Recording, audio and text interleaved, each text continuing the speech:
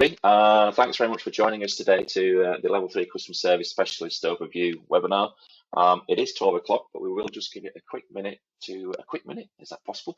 We'll just give it a minute to make sure that everyone joins who wants to join. We do have an awful lot on the call today, which is fantastic.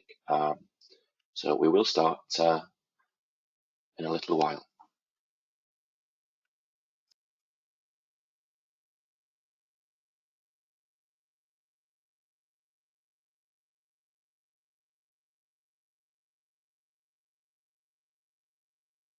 If you can hear me,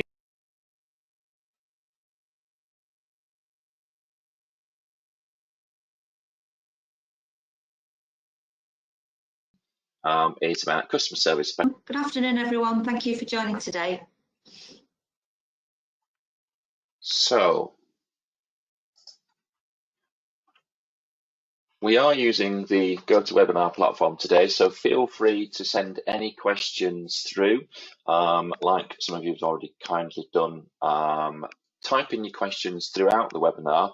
Don't wait to the end, and we will try and address them at the very end. But what we will do as well is any that we can't answer or need to get clarification on, we will create a frequently asked questions document, and we will add that to the website along with a copy of this recording and the slide deck as well, which will be PDF'd. So everybody is in mute mode for obvious reasons. We do have a lot on the call today, which is fantastic. And like I just said, the webinar recording will be shared directly to you. Hopefully by the end of the day, find all our previous archived recordings around customer service practitioner, customer service specialist, operational delivery, and business administrator. So if you do run any of those endpoint assessments with us, feel free to go back and have a look at those on our qualifications page. So the objectives of today then is a bit of a brief overview, first of all, about the standard, including the weighting and the grading for any newbies. A very quick look at the professional discussion, which is based on the portfolio. But today, really, the focus is all about the project proposal and the witness testimony dispensation, and we're actually going to bring you some new supporting guidance around both of those. So that's the area that we're going to focus on today. So for any newbies that are just starting out on the EPA journey for customer service specialist, there is 3 methods of assessment during the endpoint assessment. There is obviously a portfolio-based PD. So it's the PD that's assessed, but it's off the back of a portfolio. So the portfolio will be built on program. We've got the work-based project, which also has an interview attached to it. And that work-based project starts after gateway. We also have a practical observation, which has also got dispensation at the moment via a witness testimony. And off the back of that, once either the observation has happened or the witness testimony has been assessed, there will be Q&As around that afterwards. So we've just gone through the 3 assessment methods, but it's important to note here what contributes percentage-wise to the overall grade. So really here we're stressing the importance of the practical observation, which is 45%. So if you are using the witness testimony dispensation, you can see the importance of the quality of that witness testimony going forward and the Q&A, because it does account for 45% of the overall grade, with the remaining 30% obviously by the work-based projects, supported by interview, and the remaining 25% done by the PD as well. So preparing for gateway then, the learner needs to have achieved level 2 maths and English, if that can be done via functional skills, or if they've already achieved it via, say, GCSEs, for instance, evidence of that needs to be provided and uploaded at gateway.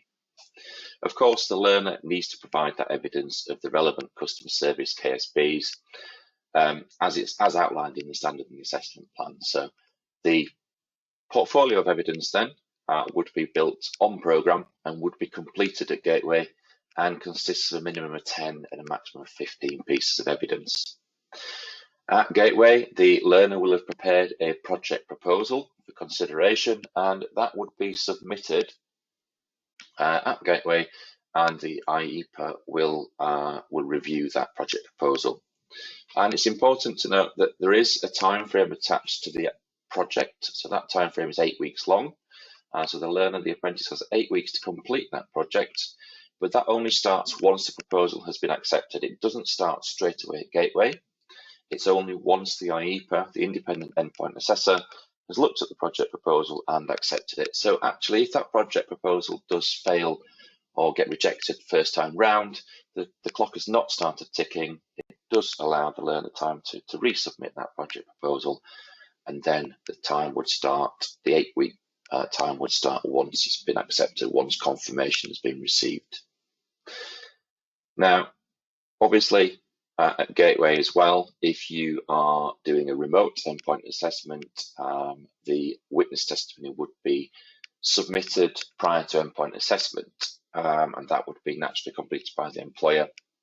And that will be submitted 2 weeks prior to the endpoint assessment. So 2 weeks before the learner's due to sit their assessments, you would have had to have submitted the witness testimony. If you want to submit it earlier, that's obviously absolutely fine.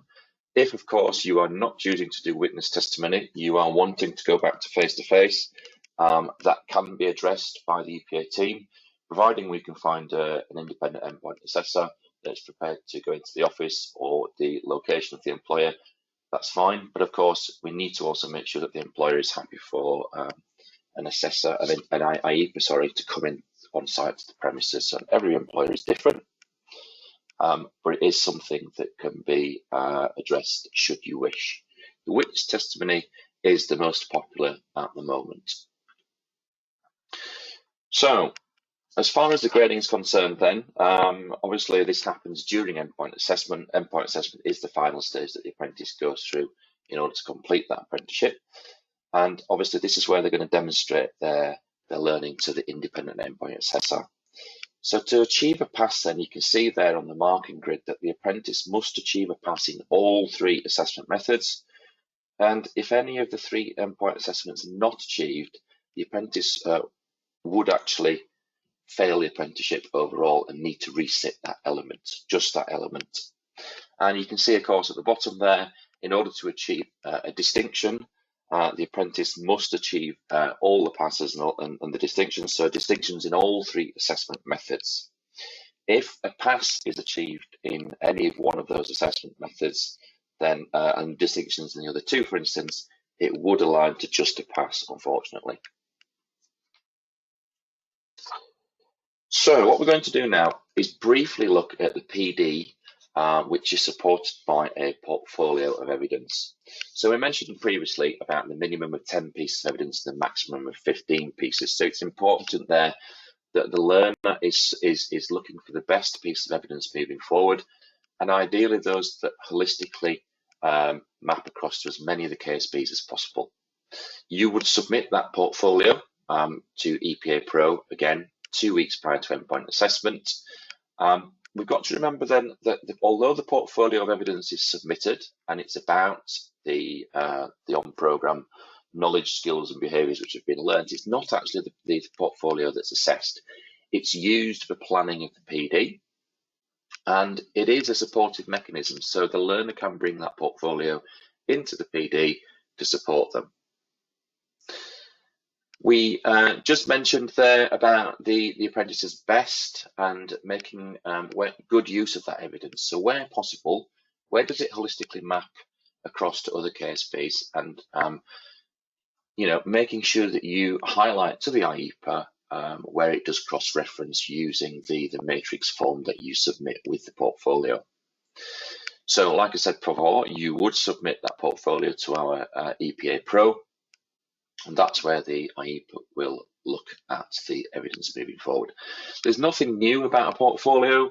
If you've run frameworks before, if you've produced portfolios for other standards, it's very similar in how that evidence is generated. You can use witness statements, customer feedback, management feedback, reflective accounts, BDPs, CDP logs, etc., etc. There's nothing in this standard at all that says you can't use any specific form of evidence.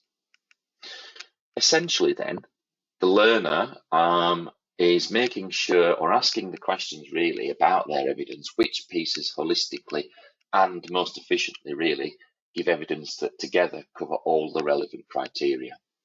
And is it the best that they've got?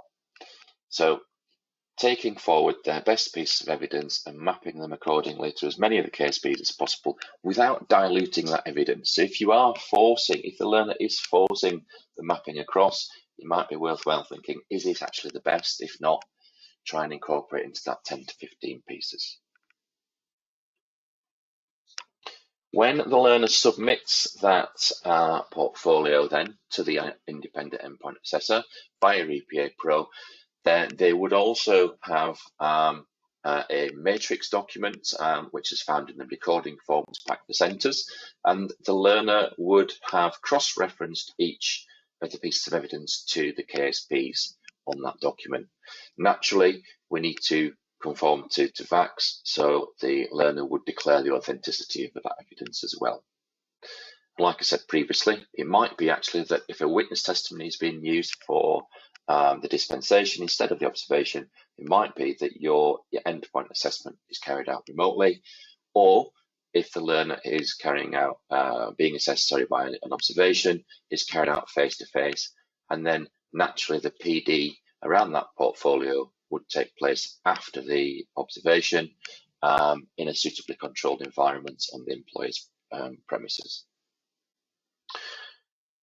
So the duration would be 60 minutes with a 10% tolerance. Actually, no, sorry, that's wrong. The observation would be 60 minutes with a 10% tolerance. It's not the portfolio of evidence there at all, so my apologies.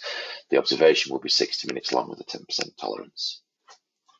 Now, in order to try and give you the best information, we do go back to our lead independent endpoint assessors for feedback. And what they've said is that learners must submit a completed portfolio evidence reference form. So without that reference form, the portfolio won't be accepted. The reference evidence, then the learner needs to reference the evidence appropriately and ensure it's legible, in case occasionally we do get illegible or unlegible evidence, and the forms, which makes it difficult for the IEPA to find that evidence and map it and assess it accordingly. It's really good practice to use audio recordings within a portfolio, but if you do, make sure that they're time-stamped and referenced appropriately. And of course, like I've just said, the LEPAs are also saying, look for opportunities where evidence holistically maps to that standard. Making sure then that that evidence, when it's submitted, if it's got customer information in, that we need to anonymize that customer information. Prepare and probe the learner, basically preparing them for the question and answer sessions. So probe and question the apprentice about their evidence to prepare them for that. That's really good practice. And can they articulate their learning when explaining their evidence? So the apprentice obviously has their portfolio with them during the PD, and that really is important because it does act as a bit of a comfort blanket, as a support mechanism. If the apprentice suddenly has a bit of a block, then they can look in their portfolio to support them during that PD. And it might be that they refer to the grade descriptor table as well. Naturally, you would refer to the grade descriptor table when compiling that evidence to make sure that all the evidence, all the KSPs have been met. And of course, the learner would need to make sure that they are considering the distinction criteria as often as possible. Naturally then, before it's submitted, the portfolio would be quality assured internally by the centre to make sure that all the KSPs have been met and the evidence is fit for purpose.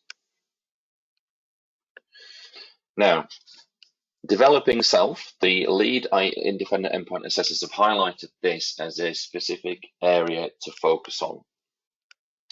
It is an area that we are seeing occasionally a lack of personal development plan. So within the assessment plan, the requirements are that the apprentice has to evidence how they've achieved the learning and development goals, how they've identified an agreed personal development plan, which is in relation to the knowledge and skills of the customer service and in the industry. So if a PDP is not included, then it's going to be very difficult for the learner to meet that developing self criteria. So we must see an agreed personal development plan in there. It needs to be an agreed personal development plan. So a PDP alone won't suffice. It's so important that we've given you a template to make sure that the learner is fully aware that an agreed personal development plan is in there. Okay, we did say that the portfolio PD was going to be very brief. If you do need any further information about the portfolio-based PD, you can go back and look at our archived webinars, which do discuss that in more detail. So what I want to focus on today is the observation or witness testimony before going on to the project. So I think the key thing to remember then with an observation, which is face-to-face, it must have customer interaction. It's so important that it's booked at the time and the day that's going to give the opportunity to the apprentice to generate that evidence. I know it's difficult to predict, but maybe look at patterns within the workday of when the apprentice is going to be busy, to try and make sure that they get the best opportunity to meet those criteria. There needs to be interaction with at least 3 different customer types. So those customer types need to be customers with varying needs. It's important that we're not seeing repetition. So let's say a customer works within a retail environment, and the customer is dealing with the same type of customer each time. So it's a sale, it's a transaction, and actually it's not giving that opportunity for the learner to generate the best. So where possible, again, it's difficult to predict what type of customers are going to come through the door or ring up, etc., or go through a call center. But ideally, we need to see different customer types in place, and that makes the importance of the time and the day of the observation ever so much more important. Now, obviously, because you can't predict the 3 different customer types walking through that door, etc., we can ask supplementary Q&A, which can be used to seek further clarification. But the key point is here that it's not to be used to cover large gaps. It's about seeking further clarification, not about covering large gaps. So it really is important that the observation is booked at the right time and the right day. And that observation will last 60 minutes with a 10% tolerance there. Now, at the moment, you'll be fully aware that IFATE have introduced witness testimony dispensation. So basically, this is replacing the observation up until the end of June 2022, and that's the current dispensation end date. So IFATE will shut down the witness testimony on the 30th of June 2022 currently. Now, around this, we have fed back to IFATE to say, actually, this is very much a supportive measure during COVID. Centres have found it and employers have found it extremely useful. It's given them an extra dimension, and actually it could be very useful in the future as well. So we've gone back to IFATE along with other EPOs to say the worth of the witness testimony is fantastic. Will it be extended? Will it be offered as a permanent alternative, etc.? As of yet, we haven't heard anything.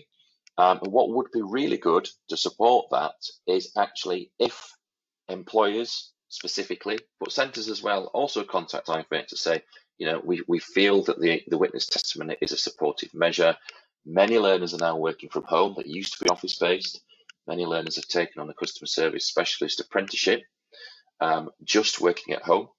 And so it's not always very easy to do an observation. So the worth of that witness testimony is invaluable, really. So if you can go back to IFATE and report that, that would really support our push to have the witness testimony extended or remain as a permanent dispensation. So it's about the witness testimony then is about how apprentices specifically and centres can support the employer. The employer must complete the witness testimony, but obviously needs to be and can be offered that support. They cannot do it alone. So the apprentice should be supporting the employer. So the apprentice can discuss the evidence with the employer.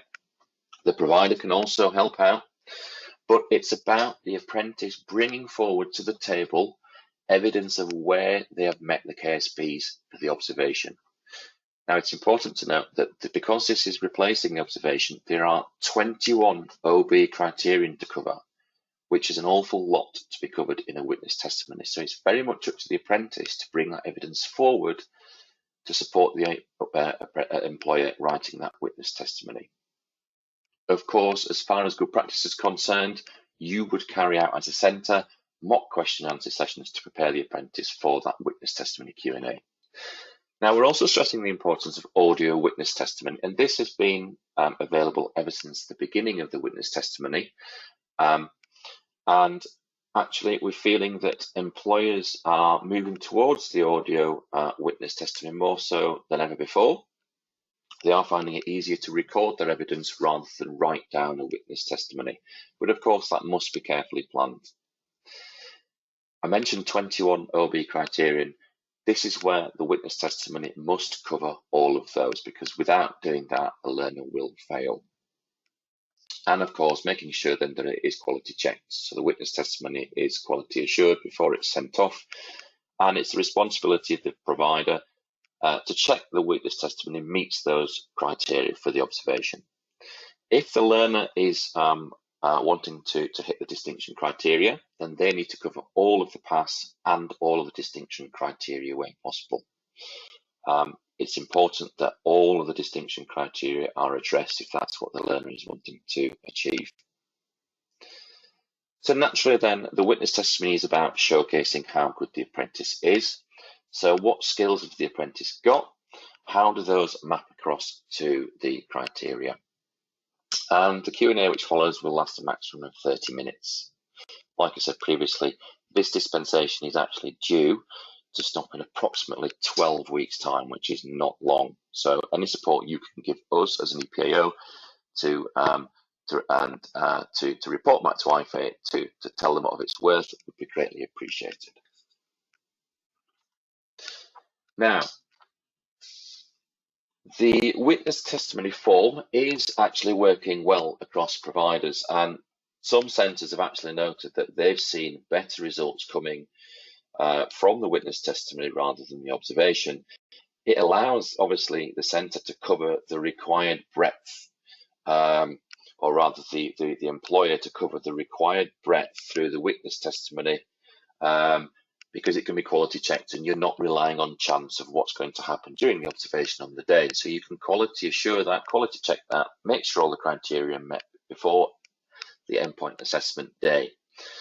So, like we said previously as well, we are seeing an increase in the use of audio recordings.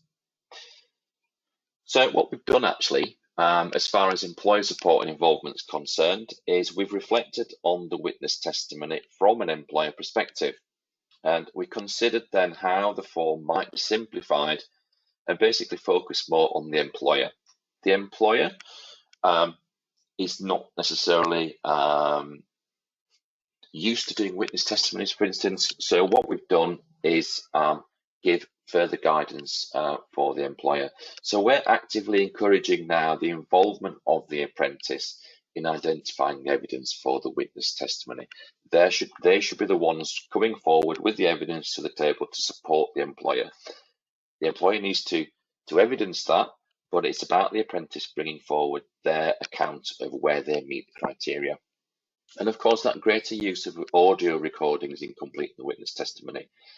This feature has been available ever since day one of dispensation, but it has been used successfully for some time.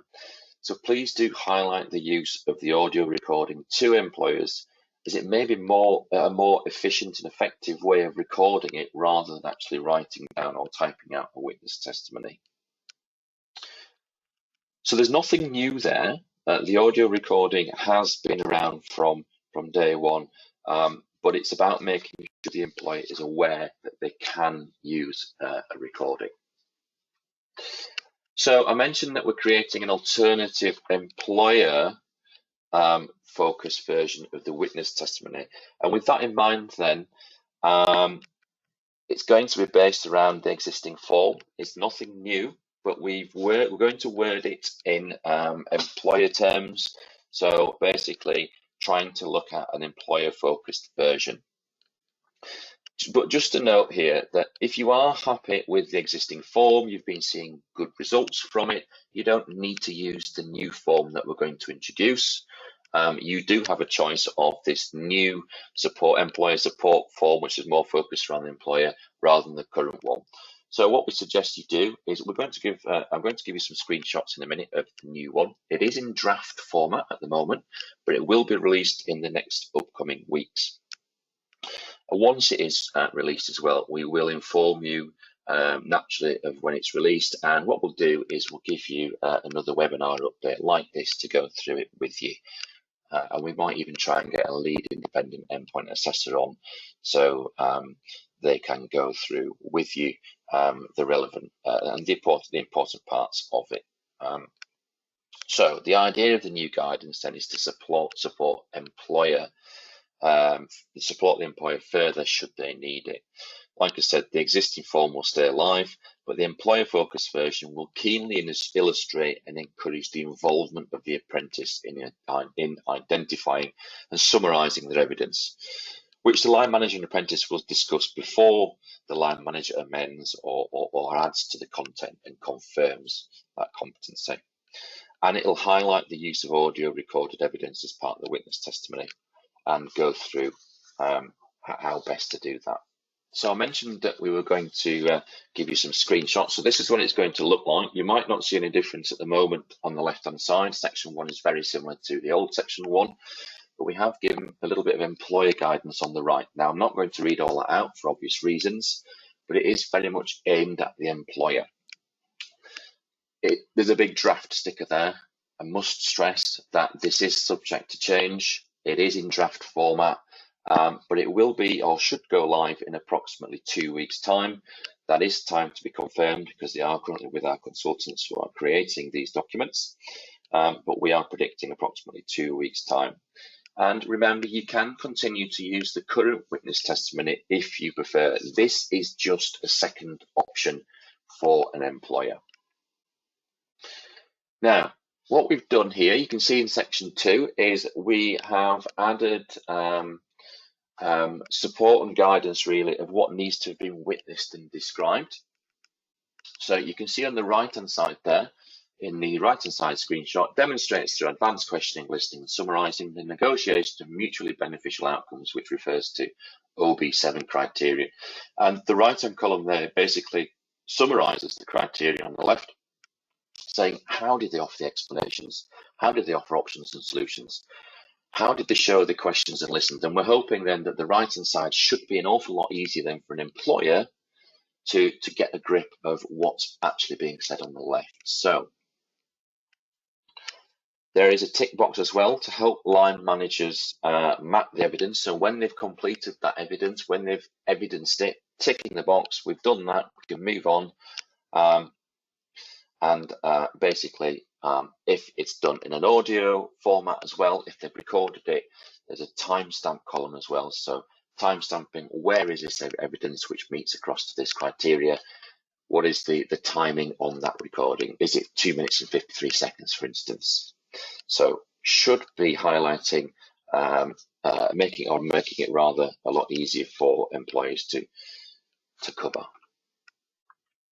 So we're looking at examples 1, 2, and 3. So we are predicting then that 3 examples, 3 decent examples of where it's showing instances of where the apprentice confidently dealt with 3 different customer types, for instance, their emotions in order to achieve a successful outcome, for example.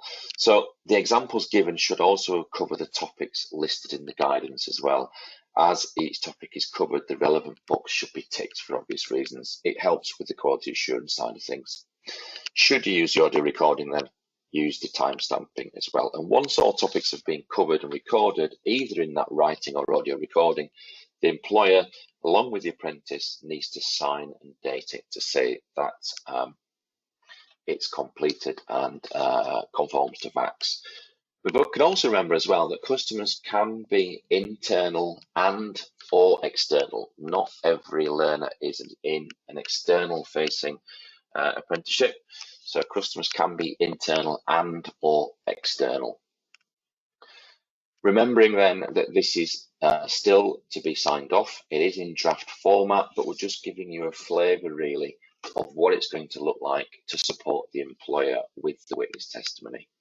Now, as the lead IEPers did with the portfolio-based PD, they've also fed back on the witness testimony. So the importance, I think, really is that the lead IEPers are saying this is a direct replacement for the observation, and the observation covers those 21 criteria. So it's not a quick method of creating those 21 criteria. You really do need to map them across to make sure that the apprentice has the best opportunity of evidencing the pass and the distinction criteria. Occasionally, we are seeing witness testimonies that don't have the name or the position of the witness themselves. So witness needs to be in a role equivalent to first line management of the apprentice, such as a team leader, for instance. Using the term colleague is insufficient. You need to state how that person has responsibility for the apprentice. It might be that the apprentice has had several line managers over the last 12, 15, 18 months, etc. And the difficulty is finding a line manager who actually has been with the apprentice for a minimum of 3 months. If you're using different line managers, that's fine, but you need to state the name and the job title and the position on that witness testimony. Okay, so of course, naturally, the evidence needs to be generated on program. Evidence can't be used pre-apprenticeship, and it must be dated as well.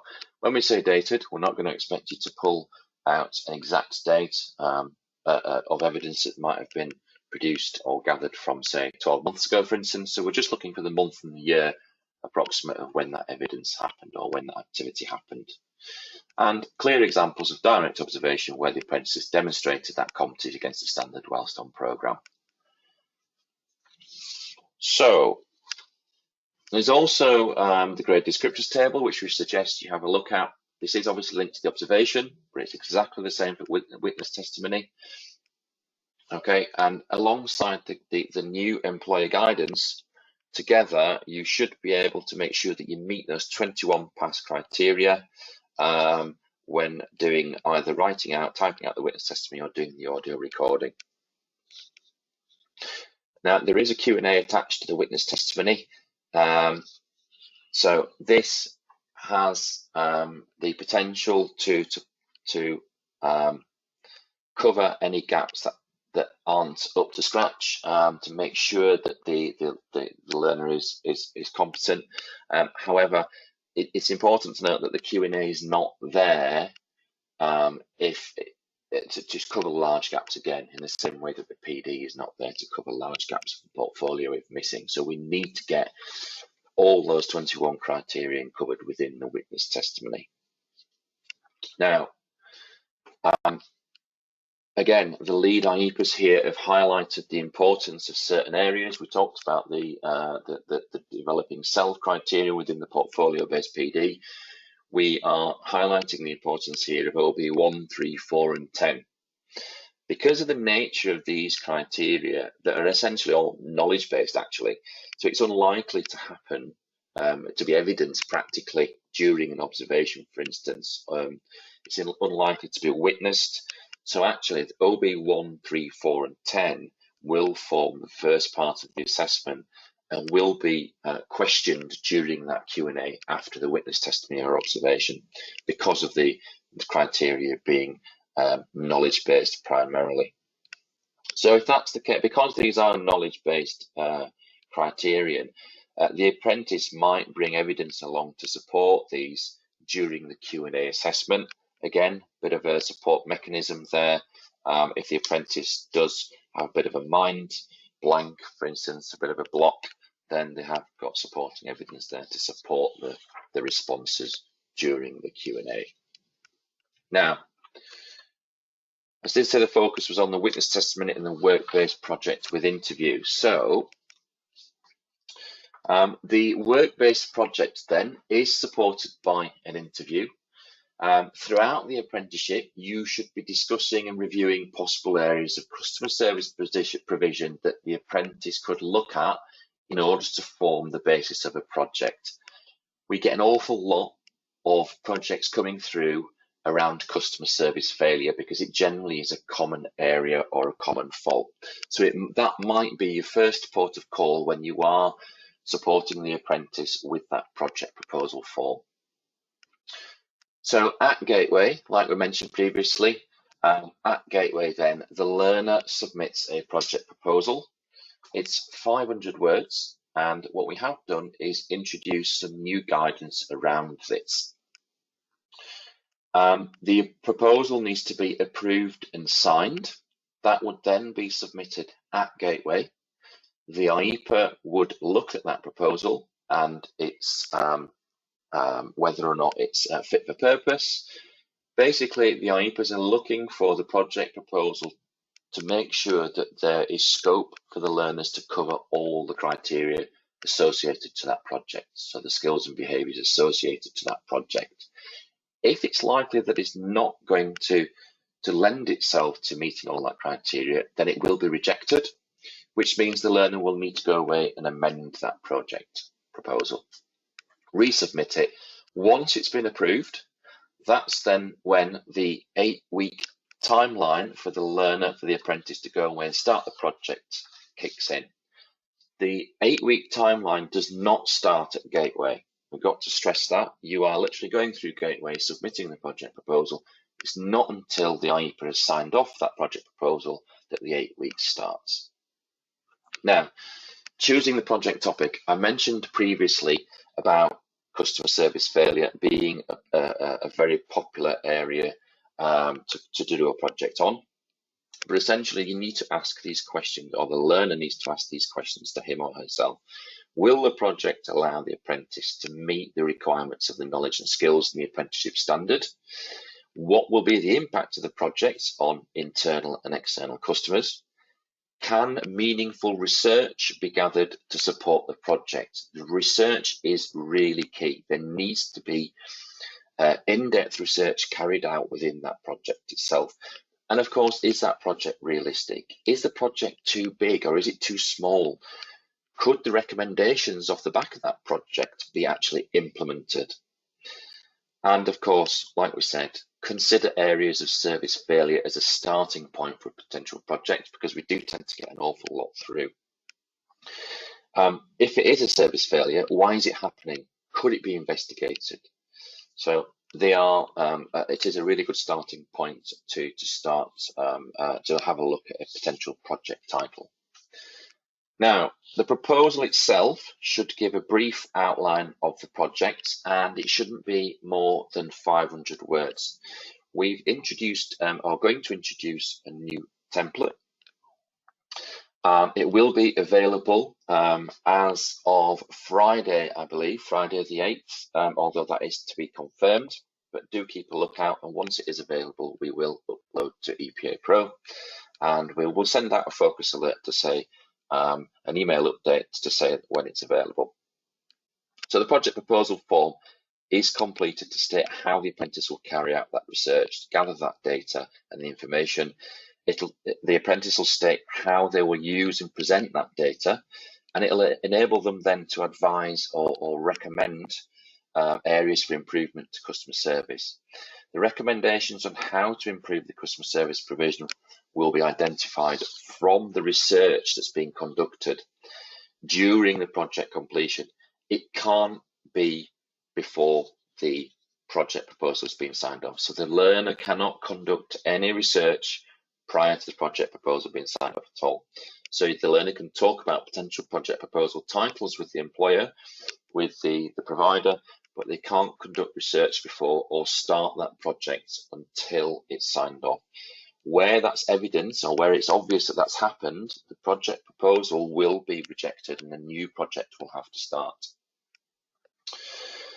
So the work-based proposal then must state all of the following there. So essentially, the area that the apprentice, the job role, business has identified, a clear project title, how the apprentice is going to gather the information on the customer types, how will the apprentice communicate with the customers, how is he going to intend to gather that research, for instance, how are they going to get that customer feedback.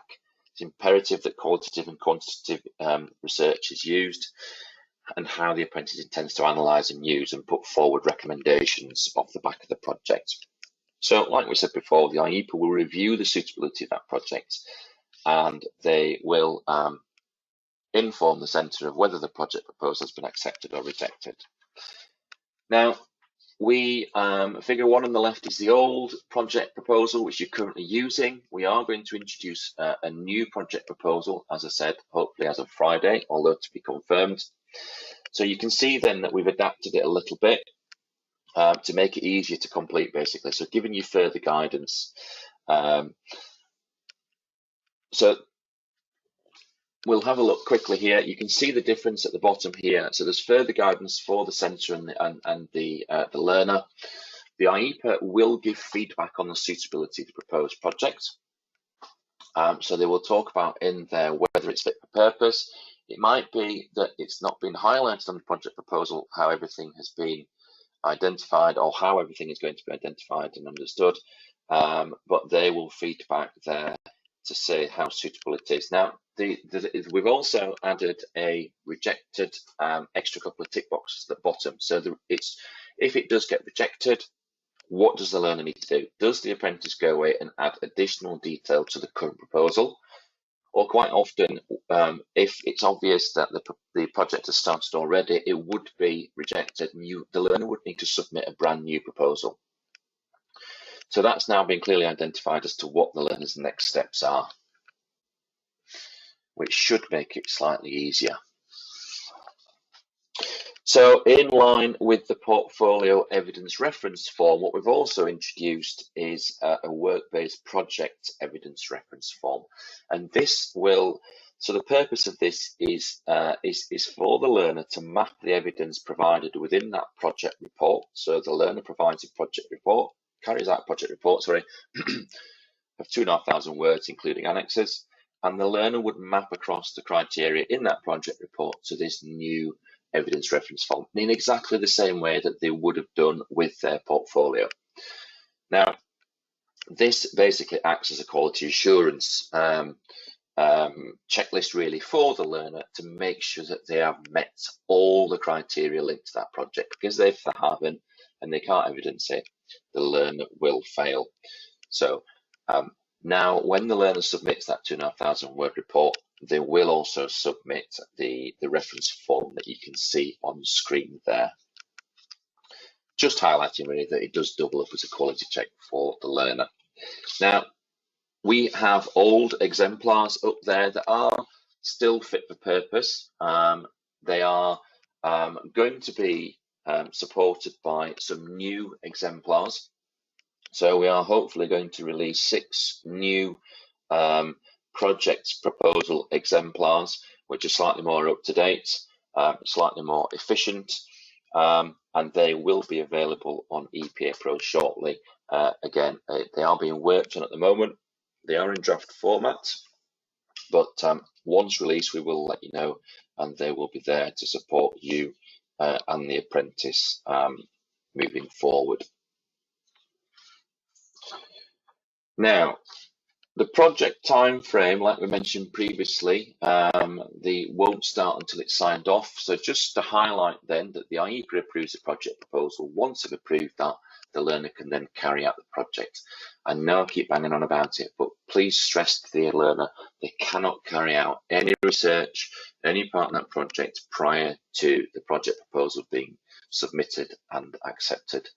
That project report of 2,500 words with a 10% tolerance will then be submitted 2 weeks prior to endpoint assessment, and then EPA can take place. Whether or not that is remote is will be defined as to whether or not the learner has a witness testimony dispensation in place or an observation in the workplace. So essentially then, to summarise the last half hour or so, we have produced a work-based project evidence reference form. We are going to release that shortly. We're going to simplify the work-based project proposal form. That should be available on Friday this week. We're going to give you further exemplar project proposals. Don't forget about the LEPA reports. They are available on EPA Pro. They go through the good and the bad. They go through what the lead IEPers have seen throughout the year, and it shows best practice of what's been really good. And it also shows areas of concern, such as the PDP, for instance, and how to avoid those weaker areas. Employer guidance on the witness testimony is also going to be introduced. And don't forget that actually this witness testimony dispensation is out of our hands as far as when it ends. IFATE have currently said 30th of June 2022. Well, please do try and push forward the importance of the witness testimony dispensation to try and either extend or make permanent. What we will do is, like I said previously, we will update you as and when things are released, when the documents are released, and we'll also do a very brief webinar on the new documentation as well. And hopefully we might be able to get a lead IEPA on the call with us to answer some of your questions. I have just looked at the time and realised that I am over. Apologies. So what we're going to do now is just try and pick out a couple of questions. But what we'll do is we will go through the questions, all of the questions that you sent in, and make a frequently asked questions. So I will just try and pick out you, Jackie. There is an area where the IEPA will feed back as to why or what areas have been rejected on, and obviously, like I said before, they will then give you next steps. Either you need to amend it and resubmit, or submit a brand new project. Jackie Clark, hi Jackie. Not at the moment, but we will guidance along with us and to try and keep it as long as possible. Michelle, I heard the witness testimony could not be used after June 2020. Yes, unfortunately, currently that is the case. Let's have a look at a few more.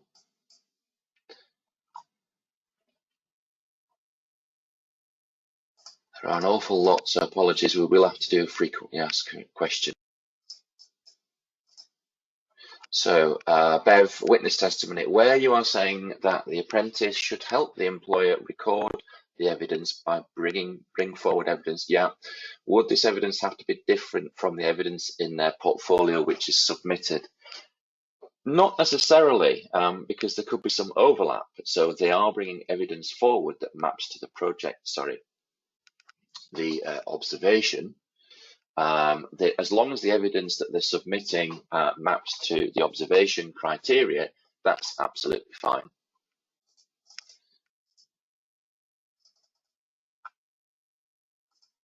Okay.